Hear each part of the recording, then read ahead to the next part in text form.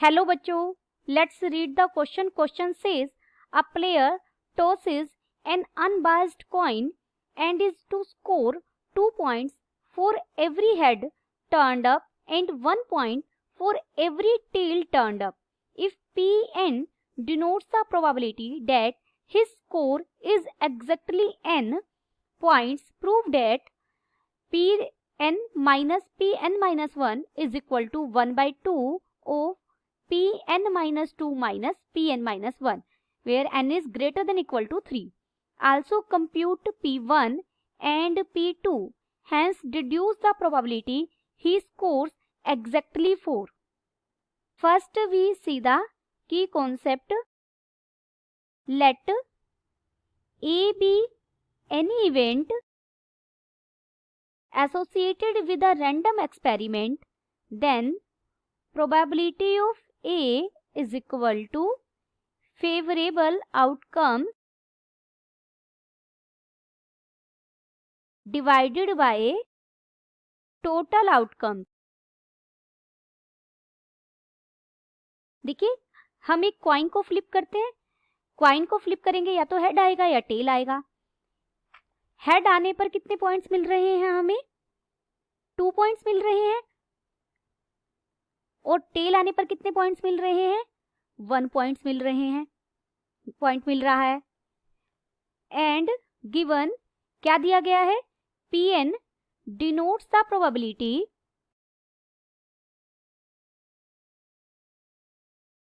that his score is exactly n points.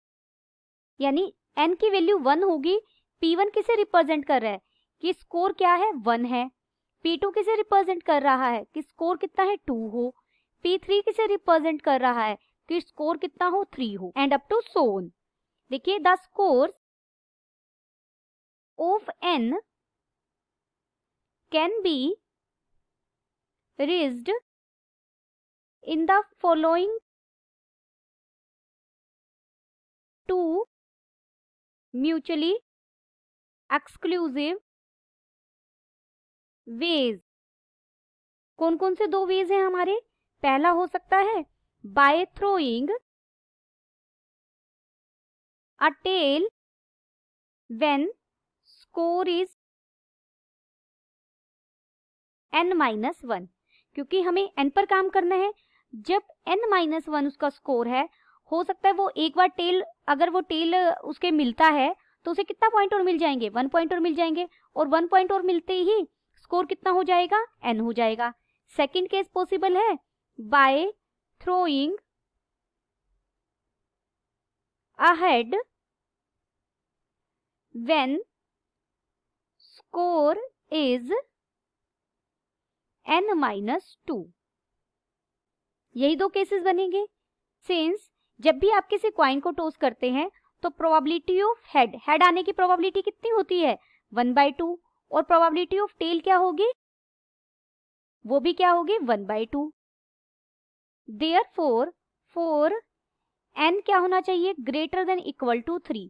यानी जो score है वो हमें क्या चाहिए? 3 या 3 से ज्यादा. Pn कैसे पॉसिबल है? Pn इज इक्वल टू, देखिए, Pn-1, यानी n-1 उसका स्कोर है. और फिर हमें प्रोबेबिलिटी ली टेल आने की, क्योंकि जब n-1 स्कोर है तो ये पॉसिबल है कि टेल आए और n बन जाए स्कोर. और दूसरा केस क्या पॉसिबल है? कि उसका स्कोर n-2 है और सीधा उसने जब कॉइन फ्लिप किया उसे क्या मिल गया? हेड मिल गया. अगर उसे टेल मिलेगा तो वो इसमें चला जाएगा. मान लीजिए स्कोर Pn-2 है, यानी n-2 स्कोर है. n-2 स्कोर है और उसने फ्लिप किया कॉइन और उसे क्या मिल जाता है? टेल मिल जाता है. तो वो इसी केस के अंडर आ जाएगा. जब उसे Pn-2 और उसे हेड मिलेगा, यानी सीधे 2 पॉइंट मिलेंगे, इसलिए ये पॉइंट हम तब कंसिडर करेंगे. दिस इज इक्वल टू, यहाँ देखिए, Pn-1 तो as it is. Probability of tail आने की प्रोबेबिलिटी कितनी है? 1/2 प्लस Pn-2 तो एज इट इज. और प्रोबेबिलिटी ऑफ हेड आने की कितनी है? 1/2. देयरफॉर हमें क्या मिला? देखिए, मैं लिखती हूँ Pn is equal to 1/2 Pn-1 प्लस 1/2 Pn माइनस टू। दोनों रिक्वायर्ड रिजल्ट तक पहुंचने के लिए मैंने Pn minus one both side कर दिया। यहाँ भी Pn माइनस वन सब्ट्रैक्ट कर दिया। देखिए Pn क्या था हमारा, Pn था इतना part 1/2 Pn minus one plus 1/2 Pn minus to, और माइनस Pn माइनस वन हमने कर दिया जब यहाँ n क्या है, ग्रेटर देन इक्वल टू 3 है। अब ये इन दोनों को हम सोल्व कर सकते हैं। ये हो जाएगा, देखिए 1/2 कॉमन ले लेंगे, यहाँ पे बन जाएगा Pn minus two minus Pn minus one. n क्या है, greater than equal to 3। First हमें यही प्रूव करना था, हमारा फर्स्ट पार्ट प्रूव हो गया। ये प्रूव करना था Pn minus one is equal to 1/2 times of Pn minus two minus Pn minus one, hence proved. अब हम डिडक्शन पर चलेंगे। हमें P1 और P2 के लिए भी सोल्व करना है। P1 और P2 पर जाने के लिए मैं इस इक्वेशन को इक्वेशन फर्स्ट कहेंगे और यहां से शुरू करेंगे। फ्रॉम इक्वेशन फर्स्ट में हमने Pn plus 1/2 Pn minus one किया, तो ये इक्वल हो जाएगा, देखिए Pn minus one plus 1/2 Pn minus to की। हमारे पास इक्वेशन फर्स्ट क्या थी, हमने दोनों तरफ 1/2 Pn माइनस वन ऐड कर दिया। इक्वेशन फर्स्ट में हमने यहाँ भी 1/2 Pn माइनस वन ऐड किया, इधर भी ऐड कर दिया, यहाँ पर प्लस 1/2 Pn माइनस वन, इधर ऐड, लेफ्ट हैंड साइड तो एज इट इज रखी और यहाँ राइट हैंड साइड में दोनों ऐड होकर पूरा 1 बन गया, यानी Pn माइनस वन बन गया सिर्फ। तो Pn minus one plus 1/2 Pn minus to हो गया। यही प्रोसेस हम रिपीट कर सकते हैं अप टू सोन। देखिए आप n को n minus one, n minus two, n minus three से रिप्लेस करेंगे तो लास्ट में हमें क्या मिल जाएगा, यहाँ मैं एक और लिख देती हूँ, ये इक्वल होगा Pn minus two plus 1/2 Pn minus three, और इसी तरीके से चलते जाएंगे तो ये इक्वल हो जाएगा P2 प्लस 1/2 P1 के। क्लियर है यहाँ तक? Now a score of 1 can be obtained by throwing a tail at a single toss। अगर हमें 1 चाहिए, 1 की कमी है, तो हम सीधा कॉइन को फ्लिप करें और हमें एक बारी में 1 मिल जाए, तो टेल मिल जाए और हमारा 1 पॉइंट इंक्रीज हो जाएगा। And a score of 2 can be obtained by throwing, यहाँ दो केसेस बनेंगे। जब हमें 2 स्कोर चाहिए तो ऐसा पॉसिबल है कि सीधा हमने कॉइन को फ्लिप किया और हमें हेड मिल गया, हेड मिलते ही हमारे 2 पॉइंट इंक्रीज हो जाएंगे।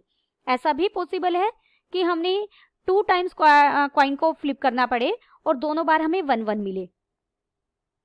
तो इसीलिए either a head at single toss और a tail at first as well as second toss. Therefore जब आपको 1 चाहिए, स्कोर ही 1 चाहिए, तो आपके पास हेड और टेल आने की, जो टेल आने की पॉसिबिलिटी है वही आपका प्रोबेबिलिटी हो जाएगी 1 आने की। लेकिन जब हमें स्कोर 2 चाहिए तो ऐसा पॉसिबल है कि सीधा आपको हेड मिल गया, 1/2 हो गई इसकी। प्लस दूसरा केस क्या पॉसिबल है, आपको पहली बार टेल मिला, टेल आने की प्रोबेबिलिटी 1/2, अगेन फिर टेल आया, टेल आने की probability is 1/2, this is equal to 3/4। हमें P1 and P2 find out करना था, P1 एंड P2 भी हमें मिल गए हैं। अब देखिए Pn plus 1/2 Pn minus one किसके इक्वल है, P2 प्लस 1/2 P1 के। तो यहां से देयरफॉर देखिए Pn plus 1/2 Pn minus one, हमने पीछे प्रूव किया, ये इक्वल है P2 प्लस 1/2 P1। P1 और P2 हमने फाइंड आउट कर दिए, दोनों की वैल्यू रख देंगे। P2 की वैल्यू कितनी आई है, P2 की वैल्यू यहाँ सोल्व कर है 3/4, तो ये 3/4 मिली है हमें, प्लस 1/2, और P1 हमारा कितना था 1/2। ये हो जाएगा 3/4 प्लस 1/4 इज इक्वल टू 1। तो देयरफॉर ये किसकी वैल्यू मिल गई हमें, Pn प्लस 1/2 Pn माइनस 1 की, क्योंकि अब हमें P4 भी काउंट करना है। यहां से अगर मैं Pn फाइंड आउट करूं तो Pn किसके इक्वल हो जाएगा, Pn हो जाएगा 1 माइनस 1/2 Pn माइनस 1 के, ठीक है। सब्ट्रैक्टिंग 2/3 ऑन बोथ साइड, तो Pn में से भी हमने 2/3 सब्ट्रैक्ट कर दिया, यहाँ 1 माइनस 2/3 और माइनस 1/2 Pn माइनस 1 हो गया। जब हम इसे सब्ट्रैक्ट करेंगे तो हमें कितना मिल जाएगा, माइनस 1/3 मिल जाएगा और माइनस 1/2 Pn माइनस 1। देखिए इसे मैं क्या लिख सकती हूँ, मैंने माइनस 1/2 Pn माइनस 1 को तो पहले लिखा और माइनस 1/3 को मैं लिख सकती हूँ 2/6, और यहाँ से हमने 2 कॉमन ले लिया, और सॉरी 1/2 कॉमन ले लिया, माइनस 1/2 ले लेते हैं इवन, तो ये पॉजिटिव हो जाएगा, यहाँ Pn माइनस 1 बचा और माइनस 2/3 बच गया हमारे पास। अब ये हमने देखिए यहाँ पर जो इस इक्वेशन में, इसे हम अगर मैं स्टार कहूँ और Pn को अब Pn माइनस 1 से रिप्लेस कर दें, तो यहाँ Pn माइनस 1 क्या हो जाएगा, Pn minus 1 is equal to 1 minus 1/2 Pn minus 2, और फिर यहाँ पर हम Pn माइनस 1 माइनस 2/3 कर देंगे क्योंकि मुझे इसकी वैल्यू चाहिए, तो ये बन जाएगा Pn माइनस 1 माइनस 2/3। आप जैसे ही यहाँ 1 माइनस 2/3 करेंगे और माइनस 1/2 Pn माइनस 2 करेंगे, तो ये हमें मिल जाएगा माइनस 1/3 माइनस 1/2 Pn माइनस 2। यहाँ से फिर अगर मैं माइनस 1/2 कॉमन ले लूँ तो ये बन जाएगा Pn माइनस 2 माइनस 2/3, यानी इसे मैं लिख सकती हूँ Pn माइनस 1 माइनस 2/3, इसे लिख सकते हैं। एक माइनस 1/2 तो ऑलरेडी था और एक हमारा सोल्व करने के बाद फिर आएगा माइनस 1/2 और साथ में आएगा Pn minus 2 minus 2/3। This is equal to, यानी माइनस 1/2 की पावर 2 और अंदर ब्रैकेट में बचा Pn माइनस 2 माइनस 2/3। सिर्फ कैलकुलेशन है, आप एक बार खुद से करेंगे तो ये समझ में आ जाएगी बहुत इजीली। यानी Pn माइनस 2/3 को पहले तो हमने Pn माइनस 1 की टर्म में एक्सप्रेस किया, फिर इसी Pn माइनस 2 को मैंने Pn माइनस 2 की टर्म में एक्सप्रेस कर दिया। देखिए यहाँ ये स्कोर वाला जो प्रोबेबिलिटी है, ये पहले n के लिए थी प्रोबेबिलिटी स्कोर n गेट करने की, फिर स्कोर n माइनस 1 की टर्म में हमने उसे एक्सप्रेस किया, फिर probability of getting score n minus 2 की टर्म में एक्सप्रेस किया। यही प्रोसेस अगर हम रिपीट करें तो ये क्या हो जाएगा, लिखते हैं Pn माइनस 2/3 इक्वल आ गया हमारा, सबसे पहले इक्वल आया था ये minus 1/2 into Pn minus 1 minus 2/3, और फिर हमने इसको प्रूव कर दिया कि ये तो इक्वल है माइनस 1/2 का स्क्वायर हो गया यहाँ पर, और Pn माइनस 1 की जगह क्या हो गया, Pn माइनस 2 माइनस 2/3। यही प्रोसेस हम रिपीट करेंगे तो ये इक्वल हो जाएगा minus 1/2 raise to power n minus 1, और यहाँ हो जाएगा P1 माइनस 2/3। लेकिन P1 की वैल्यू तो हमारे पास है, यानी minus 1/2 raise to power n minus 1। P1 की वैल्यू क्या थी, 1/2, वो मैंने पुट कर दी। यहाँ आप लिख सकते हैं बिकॉज P1 क्या था, P1 हमारा 1/2 था। दिस इज इक्वल टू, इसे हम सोल्व करेंगे, ये बन जाएगा minus 1/2 raise to power n minus 1 और माइनस 1/6। यहाँ माइनस माइनस, इसे minus 1 raise to power n लिख सकती हूँ, डिनोमिनेटर में 2 रेज टू पावर n लिख सकती हूँ और साथ में 1/3 बच जाएगा। देयरफॉर देखिए Pn माइनस 2/3 को हमने सोल्व किया और वो हमारा इक्वल आ गया minus 1 raise to power n by 2 raise to power n, multiplication में क्या है 1/3। तो देयरफॉर Pn किसके इक्वल हो जाएगा, Pn इक्वल हो जाएगा minus 1 raise to power n n by 2 raise to power n into 1/3 plus 2/3। अब यहाँ हम n को 4 पुट कर देंगे क्योंकि हमें P4 फाइंड आउट करना है। देयरफॉर P4 क्या आ जाएगा हमारा, देखिए -1⁴ हो जाएगा डिवाइडेड बाई 2⁴ इंटू, यहाँ डिनोमिनेटर में ही लिख दिया मैंने 3, और प्लस हमारा क्या था 2/3। तो -1⁴ ये 1 हो जाएगा, बाय ये हो जाएगा 16 इंटू 3 और प्लस 2/3। अगर यहाँ से मैं 1/3 कॉमन ले लूँ तो ये हो जाएगा 2 plus 1/16। This is equal to 1/3, LCM लेंगे अंदर 16 हो जाएगा, 32 हो जाएगा यहाँ पर प्लस 1, ये हो जाएगा 1/3 इंटू 33/16 और ये आ जाएगा हमारा 11/16। तो अब हमने क्या क्या प्रूव किया, देखिए हमें सबसे पहले प्रूव करना था Pn minus Pn minus 1 is equal to half times of Pn minus 2 minus Pn minus 1, ये हमने प्रूव किया। फिर हमें P1 और P2 फाइंड आउट करने थे। P1 हमें मिला 1/2, P2 हमें मिला 3/4, और नेक्स्ट हमें P4 भी फाइंड आउट करना था। P4 हमें क्या मिल गया 11/16।